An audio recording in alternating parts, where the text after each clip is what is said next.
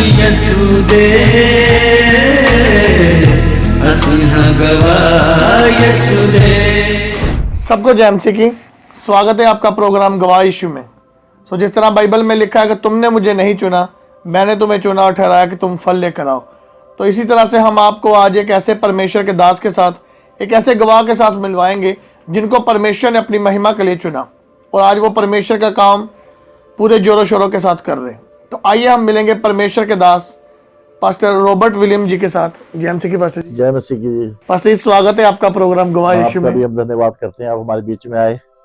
तो पास्टर जी, सबसे पहले मैं चाहता हूं कि आप दर्शकों को अपना इंट्रोडक्शन दीजिए कि आप कहाँ के रहने वाले हैं और कहाँ सेवकाई करते हैं। मेरा नाम पास्टर रॉबर्ट विलियम है और बेसिकली मैं अंबाले का रहने वाला हूँ, अंबाला कैंट से।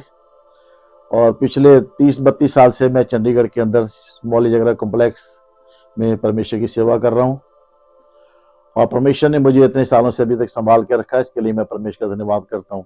तो पास्टर जी, हम जानना चाहते हैं कि मसीह में आने से पहले आपकी लाइफ कैसी थी। तो मैं परमेश्वर का धन्यवाद करता हूँ। सेवकाई में आने से पहले और नया जन्म पाने से पहले मेरी लाइफ बहुत खराब थी। लड़ाई झगड़ा, मारपीट करना और हर तरह की बुरी संगति में रहना। मगर मैं खुदा का शुक्र करता हूँ कि उसने मुझे माँ के गर्भ से पहले का चुन के रखा था और एक समय आया कि परमेश्वर 1990 में मुझे अपनी सेवकाई के लिए परमेश्वर ने बुलाया और एकदम मैं सब कुछ छोड़कर परमेश्वर की सेवा के लिए निकल पड़ा।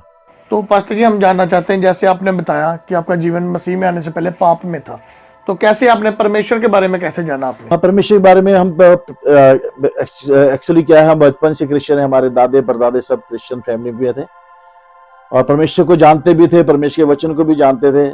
मगर कुछ साल जिंदगी में ऐसे आए कि मैं परमेश्वर से बहुत दूर हो गया और गलत कामों में पड़ गया, गलत संगति में पड़ गया और उसके बीच में परमेश्वर मुझसे बातचीत करता रहा।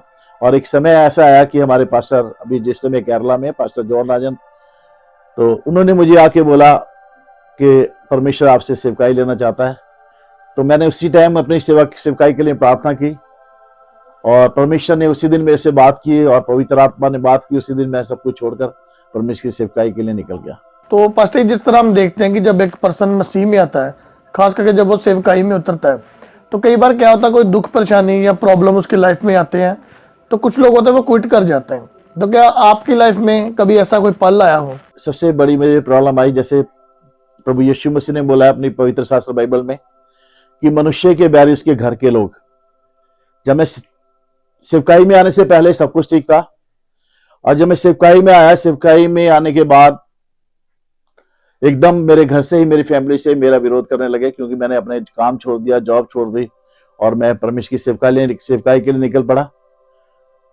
और सबसे पहले तो मेरी जो मदर अभी इस दुनिया में नहीं है, उन्होंने मेरा विरोध किया कि अपने बच्चों को, तो आपके बच्चों को कौन पालेगा, तो पूरी सब कुछ छोड़कर सेवकाई के लिए निकल गया तो आपके बच्चों को कोई भी नहीं रखेगा।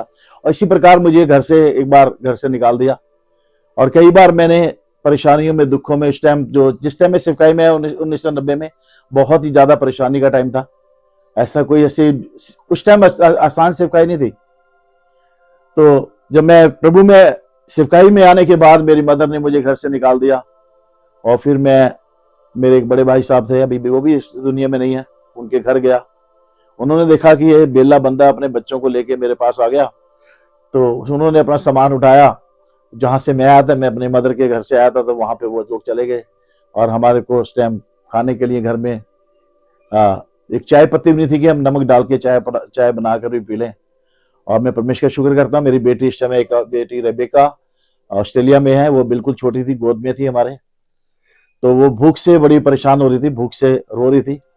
हमारे पास कुछ भी नहीं था, तो मैं सुबह सुबह उसको उठा के लेके बाहर गया। जैसे मैं बाहर गया तो उसने मेरे को गोद में वैसे इशारा किया रोड की तरफ जाने के लिए। जब मैं रोड के पास गया तो मैं परमेश्वर का शुक्र करता हूँ, मुझे उस समय मेरा पहला चांस था बहुत कठिनाई में और हमने रात भर कुछ नहीं खाया, बेटी ने भी कुछ नहीं खाया। तो परमेश्वर ने मुझे एक रोड के किनारे पड़े हुए और उसमें भीगे हुए कुछ रुपए मुझे दिए और जैसे ही मैंने उस रुपये को उठाया, मेरी आंखों से आंसू बहने लगे। मुझे परमेश्वर का वचन याद आया, दूध पिलाने वाली माँ छोड़ सकती है, जन्म देने वाली माँ छोड़ सकती है, मगर मैं तुम्हें कभी नहीं छोड़ूंगा। और उस समय और मैं सच बता रहा हूँ कि उस समय मेरी माँ ने ही मुझे अपने घर से निकाला था। वो मेरा पहला चांस था जब मैं घर से निकला, और उसके बाद बहुत सारी कठिनाइयाँ मेरी लाइफ में आई, बहुत सारी परेशानियाँ मेरी ज़िंदगी में आई। और जैसे मैं सीधा मौली जगह कॉम्प्लेक्स में आया, ये जिससे हमें सेवा करता हूँ, ये बहुत क्रिमिनल एरिया है। परमेश्वर ने मुझे यहाँ पर भेजा और बड़े अद्भुत रीति से परमेश्वर मुझे यहाँ पर लेके आया। उसमें बहुत गंदगी थी यहाँ पे, हर दिन क्राइम होते थे और हर दिन मर्डर यहाँ पे होते थे, मगर खुदा ने मुझे यहाँ पे भेजा। और मैं जब से 1992 से 18 फरवरी 1992 से लेके अभी तक खुदा की सेवा यहाँ पे कर रहा हूँ। तो यहाँ पर हम लोगों ने सेवकाई शुरू की। सेवकाई जब मैंने यहाँ पे शुरू की तो मेरे पास कोई भी ऐसा क्रिश्चियन लोग नहीं थे। यहाँ पे कोई भी क्रिश्चियन नहीं है, अभी भी जो क्रिश्चियन फैमिली तो हम ही है। तो जब मैंने सेवकाई शुरू की, सेवकाई जब मैं यहाँ पे करने लगा तो मेरे पास यहाँ पे तमिलनाडु के कुछ 30-35 फैमिली मेरे पास चर्च में उन्होंने आना शुरू किया। और जब उन्होंने आराधना यहाँ पे शुरू की, पवित्र आत्मा ने काम किया। लोग जो तमिल लोग थे वो भाषा में जाते ठीक से उन्होंने गाना गाना, आराधना करना, प्रार्थना करना आरंभ किया।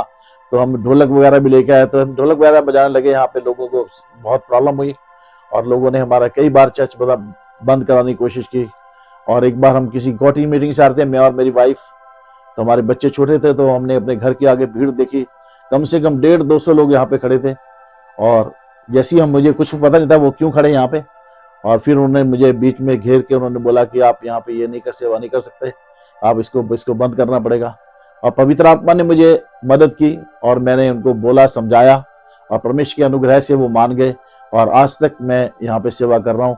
और उन लोगों में से बहुत सारे लोगों ने मेरे पास आए, आज भी मेरे दोस्त बन चुके हैं। मैं परमेश्वर का शुक्र करता हूँ। परमेश्वर ने वो परमेश्वर में तो नहीं आए, मगर मेरे बहुत रिस्पेक्ट करते हैं, आदर करते हैं, उसके लिए मैं परमेश्वर का धन्यवाद करता हूँ। तो जिस तरह पास्टर जी आपने बताया कि आपकी मम्मी ने आपको घर से निकाल दिया, तो जैसे कि आप बॉर्न क्रिश्चियन है, वो भी यीशु मसीह को मानते थे, लेकिन फिर भी उन्होंने घर से निकाल दिया। शायद परमेश्वर की योजना थी कि मैं घर से निकलूं, मैं घर से निकलूं और अपने पैरों पे खड़ा हूं और खुदा की सेवा कर सकूं। और मैं सच बता रहा हूं, जब मैं यहाँ पे सेवकाई में आया, मेरे सीनियर पास्टर यहाँ पे मुझे, जब मैं ट्रेनिंग करने के बाद यहाँ पे आया, इस जगह में आया, तो मुझे 50 रुपए देके वो यहाँ पे छोड़ के चले गए। उस 50 रुपए से मैंने सेवकाई शुरू की यहाँ पे।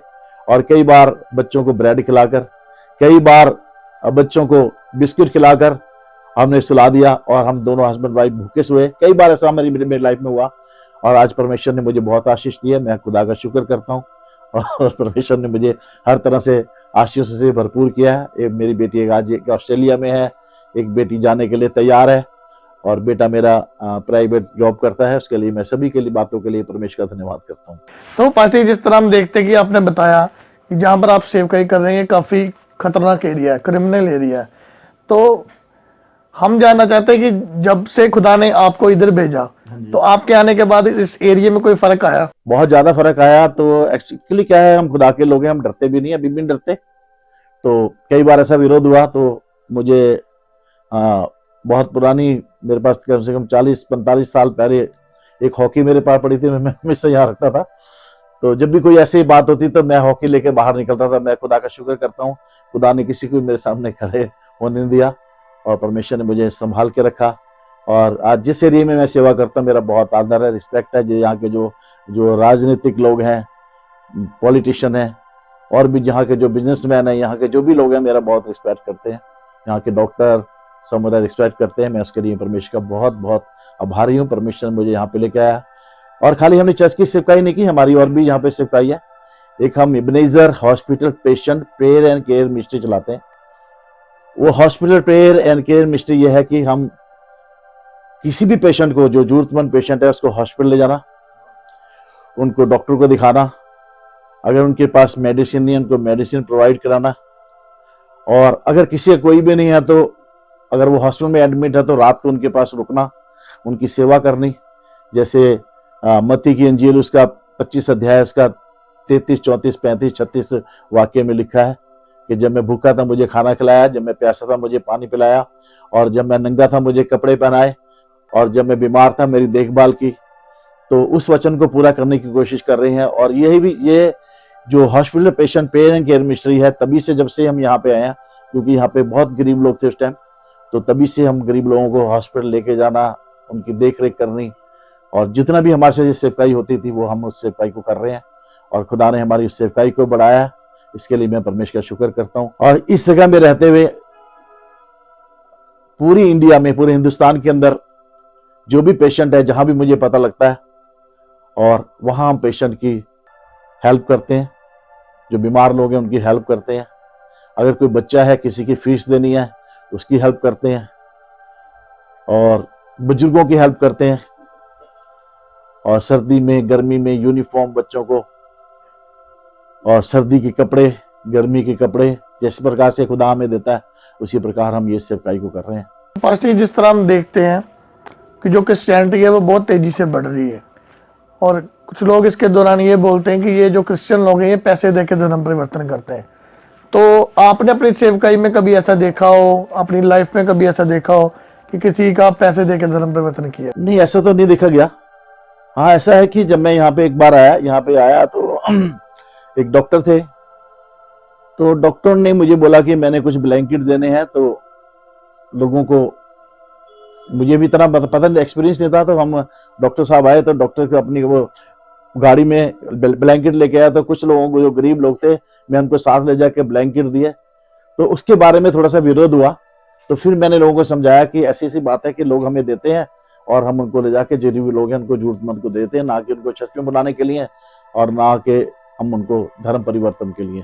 और मैं खुदा का शुक्र करता हूँ, इस 30-32 सालों में मेरे पर आज तक धर्म परिवर्तन का आरोप नहीं लगा। तो पास्टर जी, जिस तरह जो लोग अभी हमें देख रहे हैं, जो अभी भी पाप में या अंधकार में फंसे हैं, आप उनके लिए क्या मैसेज देना चाहते हैं? पवित्र शास्त्र बाइबल में लिखा है, परमेश्वर का राज्य निकट है, मन फिराओ, तौबा करो और परमेश्वर के राज्य में आ जाओ, क्योंकि समय बहुत निकट है। परमेश्वर का आना बहुत नजदीक है जो हम देख रहे हैं। इसलिए हमें जरूरी है कि हम सही बाइबल के सही, जहां पर जही सही शिक्षा है, एक सही शिक्षा को ग्रहण करें, मन फिराएं, बपतिस्मा पाएं, पवित्र आत्मा पाएं और परमेश्वर के राज्य के लिए हम लोग तैयार हो जाएं और उसके एक अच्छे गवाह बने। जैसे प्रभु यीशु मसीह ने कहा, जब पवित्र आत्मा तुम पर आएगा तुम सामर्थ पाओगे, पहले यरूशलेम में, फिर यहूदिया में, फिर सामरिया में, फिर पृथ्वी की छोर तक मेरे गवाह बनोगे। तो हमें पृथ्वी की छोर तक परमेश्वर के गवाह बनना है। जहां जाते हैं हमें एक अच्छा गवाह बने और हमारी एक अच्छी गवाही लोगों तक पहुंचे, और उस गवाही के द्वारा बहुत सारे लोग परमेश्वर को ग्रहण करें और परमेश्वर के पास आए। तो पास्टर जी, हम आपका बहुत बहुत धन्यवाद करते हैं, आपने अपना कीमती समय दिया। हमारी पूरी गवाही यीशु की टीम आपका बहुत बहुत धन्यवाद करती है। तो जिस तरह आपने देखा कि कैसे परमेश्वर ने इनके जीवन में काम किया और कैसे परमेश्वर ने आज इनको परमेश्वर इस्तेमाल कर रहे हैं और ये परमेश्वर के सुसमाचार को सुना रहे हैं और रूहों को बचा रहे हैं। मेरा विश्वास है इस बड़ी गवाही के द्वारा परमेश्वर आपके जीवन में एक बड़ा बदलाव लेकर आएगा। सबको जय मसीह की। अगर आप परमेश्वर के कामों को आगे बढ़ाने के लिए इस सेवकाई में अपना योगदान देना चाहते हैं तो आप इस QR कोड को स्कैन करके गूगल पे के द्वारा अपने दान भेज सकते हैं। अगर आप विदेश से अपने दान भेजकर परमेश्वर के कामों को बढ़ाना चाहते हैं तो आप इस बैंक डिटेल्स का इस्तेमाल करके अपने दान भेज सकते हैं। परमेश्वर आपको आशीष दे। तो मेरे प्रिय भाई बहनों, अभी आपने एक बहुत बड़ी अद्भुत गवाही को सुना। तो मेरा विश्वास है परमेश्वर इस गवाही के द्वारा आपके जीवनों में 100 गुना फलों को लेकर आएगा। आप इस टेस्टिमनी को अपने दोस्तों के साथ, फैमिली मेंबर्स के साथ शेयर जरूर करें ताकि वो भी जान सके कि परमेश्वर कैसे लोगों के जीवन में काम कर रहा है। मेरा विश्वास है परमेश्वर इस गवाही को सुनने के बाद आपके जीवनों को सेम नहीं रहने देगा। आप हमारे चैनल गवाह यीशु दे को सब्सक्राइब कर लें ताकि आने वाले दिनों में आप परमेश्वर के और गवाहों के साथ मिल सके। अगर आप भी अपनी टेस्टिमनी हमारे साथ शेयर करना चाहते हैं तो नीचे आपको एक ईमेल आईडी दिखाई दे रही होगी, आप उस ईमेल पर अपनी डिटेल शेयर कर दें, हम आपके साथ कांटेक्ट जरूर करेंगे। मेरा विश्वास है परमेश्वर आपके जीवनों को सेम नहीं रहने देगा। God bless you all. सभी को जय मसीह की।